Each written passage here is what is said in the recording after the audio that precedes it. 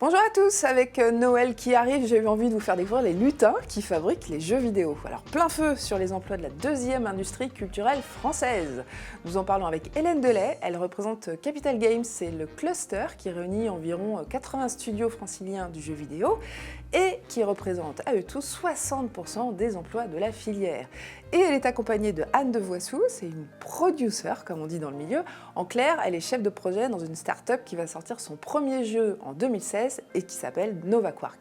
Et puis, c'est intéressant aussi, elle a un mandat d'administratrice au sein du syndicat national des jeux vidéo. Et en plus, elle était consultante pour une vingtaine de boîtes du secteur, donc elle a plein d'infos sur l'envers du décor.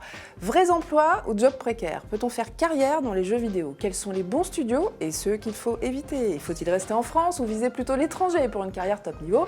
Eh bien, nous en parlons avec Hélène Delay et Anne Devoissou.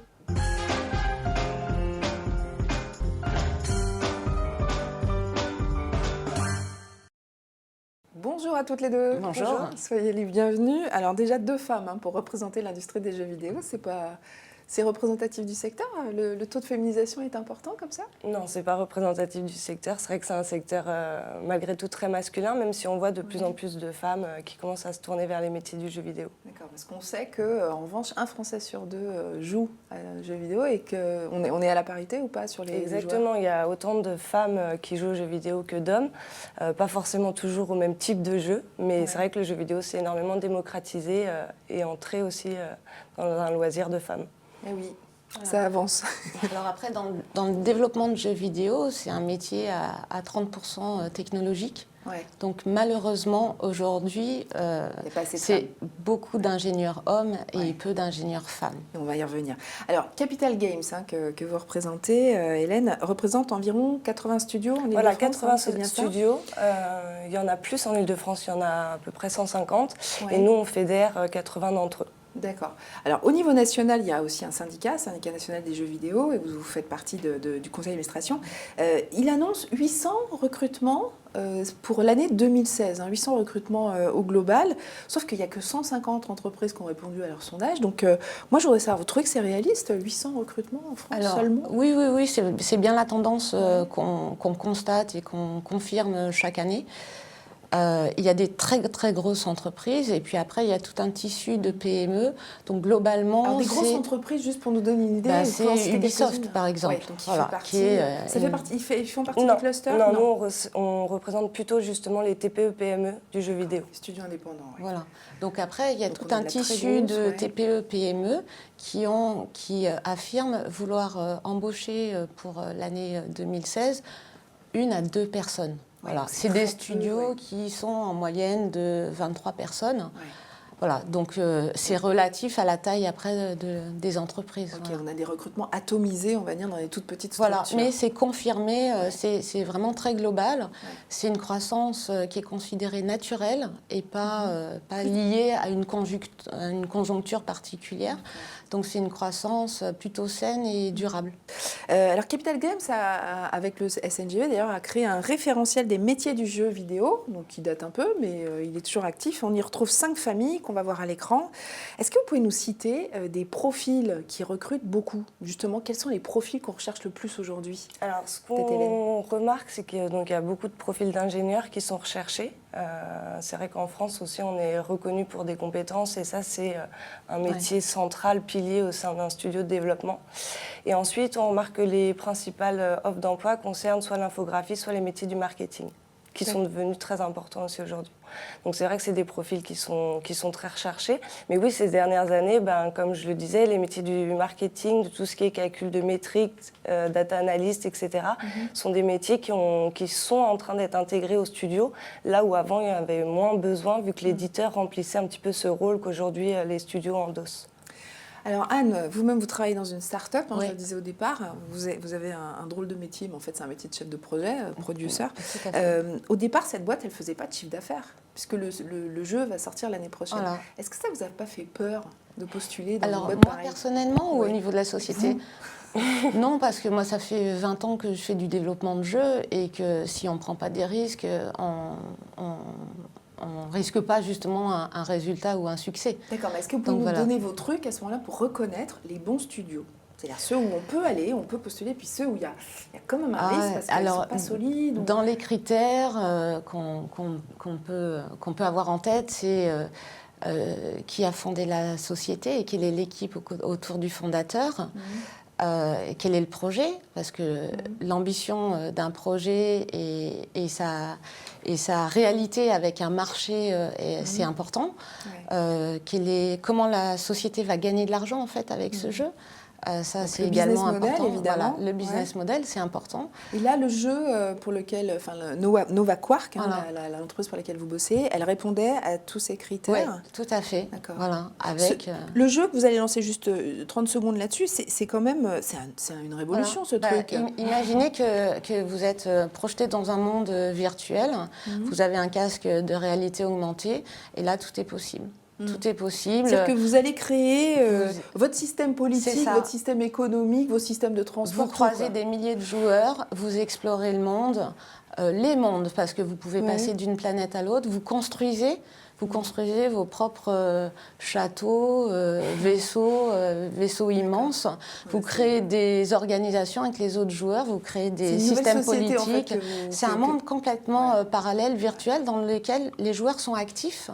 Ils ne sont pas passifs, ils inventent leur jeu. Et alors Anne, justement, est-ce que dans ces sociétés, notamment chez Nova Quark, on a tendance justement à recréer les règles de vie en société, c'est-à-dire nouveau type de management, nouvelles relations à la hiérarchie, etc. Est-ce que tout est déréglé ?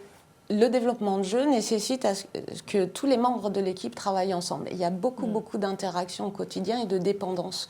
Et l'artiste a besoin de travailler avec le développeur, qui a besoin du game designer. Voilà, il faut que les trois personnes soient en même temps ensemble pour résoudre un problème. On ne réinvente pas le monde. En fait, vous utilisez des méthodes managériales assez classiques. On est assez classique et néanmoins, on est dans quelque chose qui est de la créativité. Et donc, pour laisser libre la créativité, il faut que les équipes puissent être autonomes, puissent être le plus indépendantes possible, puissent prendre des risques de temps en temps et tester des choses qui sont nouvelles, parce que tous les jours, c'est nouveau. Concrètement, il y a des horaires dans vos boîtes. Chez nous, c'est un grand débat. C'est un grand débat. Il y a des sociétés qui ont essayé de travailler sans horaire. Les gens se recalent en fait sur des horaires parce qu'ils ont besoin les uns des autres. Et puis accessoirement, ils ont une vie sociale en fait. Donc le soir, ils ont une vie sociale, ils ont une vie familiale, le week-end aussi. Donc on est très souple sur les horaires, beaucoup plus. Mais le télétravail, c'est aussi possible pour certaines professions en fait, pas pour tout le monde. Il y a des personnes clés qui ont besoin d'être dans l'équipe parce qu'ils sont en interaction orale avec l'équipe tout le temps. Et il y a d'autres métiers qui peuvent être en télétravail. En fait, c'est un secteur de passionnés. Faut pas l'oublier. C'est vrai que faut s'éloigner un peu des fantasmes où, en effet, c'est une entreprise assez classique où les gens sont en open space, travaillent sur des horaires assez classiques, avec des méthodes de management assez particulières, mais plus liées, en effet, aux industries créatives et à leur fonctionnement que le jeu vidéo, un cas à part parmi celles-là. Mais les studios, du coup, ont affaire à des passionnés qui veulent rentrer au sein de leur structure. Pas du tout. C'est pour ça qu'en effet, il ne faut pas confondre travailler dans le jeu vidéo et aimer jouer aux jeux vidéo. C'est très différent. C'est quoi la différence, justement ? Qu'est-ce qui fait la différence ? C'est le monde professionnel, la différence. Qu'est-ce qu'il faut comme qualité ? Même si on est un très bon joueur, pour être un bon salarié, un bon candidat. On est très exigeant sur le profil des candidats. Sur quoi ? Sur la rigueur, sur la ponctualité, commun à toutes les personnes dans l'équipe, ça va être l'anglais, ça va être la capacité à rédiger, à s'exprimer. C'est des connaissances techniques, y compris pour les graphistes en fait, parce qu'ils vont être confrontés à des métiers techniques toute la journée. C'est du travail personnel fourni en plus de l'école. Voilà, on va être très sensible à tout ce qui est initiative personnelle. S'auto-former aussi peut-être, qui sont des soft skills en fait qu'on ne développe pas forcément toujours. Voilà. Dans cette industrie, c'est important. Alors, le secteur n'a pas seulement une très bonne réputation, il a aussi une moyenne réputation en tant qu'employeur, parce que par exemple, on a un taux de mortalité qui est de 20 à 30% plus important en France comparé à l'Allemagne ou au Royaume-Uni, ça c'est le SNJV qui le dit. Beaucoup de petites PME sont orientées vers des jeux mobiles, donc c'est plutôt du low cost.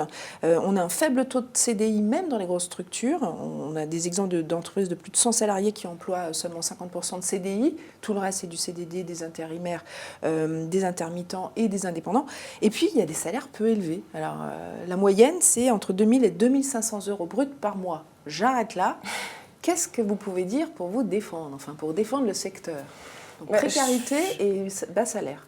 Je pense que le réflexe, c'est pas forcément la ça défense. Vous agace pas, non, ça m'agace pas parce que déjà, c'est une réalité. C'est sûr que c'est un secteur qui demande à être soutenu. C'est un tissu fragile de petites entreprises. Après, c'est un secteur aussi très dynamique. Il y a eu 80 créations d'entreprises en 2014, plus 13%, on le disait, en termes de recrutement. Donc, c'est un secteur qui bouge beaucoup, mais encore une fois, le côté qui demande de la flexibilité, de la souplesse, c'est des entreprises qui fonctionnent sur des projets. Donc, forcément, tout le monde ne peut pas être en CDI. C'est des petites structures qui restent fragiles financièrement. C'est difficile, elles ont peu de visibilité de s'engager sur des contrats. Donc, en tant que candidat, on fait un pari quand on va dans ces boîtes. Un peu ce que vous faites, vous, Anne. Comme plein d'autres secteurs, j'ai envie de dire, mais je t'en prie. Peut-être plus en particulier dans ce secteur-là, parce qu'on a affaire à des boîtes très fragiles. Ce qui est important aussi pour les candidats, finalement, quand ils se projettent sur une société, c'est ils ne veulent pas forcément signer un CDI pour 15 ans. Ils veulent que le jeu sur lequel ils vont travailler sorte. Ouais. Et donc, on a une réflexion plutôt au projet. Il y a un coup de cœur au projet et on s'accroche à cette ambition de projet, plus que de se dire je veux un CDI pour être tranquille toute ma vie. Oui, c'est d'autres mentalités. Et est-ce que vous avez des primes une fois que le jeu sort, si le jeu fonctionne bien, si le jeu performe? Ça dépend complètement de la culture de la société. Oui, voilà, ça existe. C'est loin d'être systématique. Oui. C'est peut-être aussi des fois symbolique. Mais la satisfaction principale pour une équipe, c'est de voir son jeu sorti sur le marché. Les salariés idéaux. Merci beaucoup, mesdames, d'être venues sur ce plateau pour répondre à toutes ces questions sur les emplois dans les jeux vidéo. Vous pouvez retrouver cette émission sur nos sites réseaux sociaux, sur nos pages réseaux sociaux, je vais y arriver, sur nos sites internet. Posez des questions, on transmettra, pourquoi pas. À très bientôt.